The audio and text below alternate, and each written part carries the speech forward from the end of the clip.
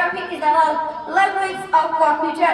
We have two types of computer language. Number one, high-level language. Number two, low-level language. Number one, high-level language are those language which is used for coding, programming, and computer cannot understand these language such basic C++, COBOL, and many more. Number two, low-level language are those language which is also used for coding but is very to understand for humans, but really is for a computer basic, computer only nouns. 01 language is also known as binary language or machine language. Some examples of this language are binary 01 language and machine language, assembly language, and many more. Thanks for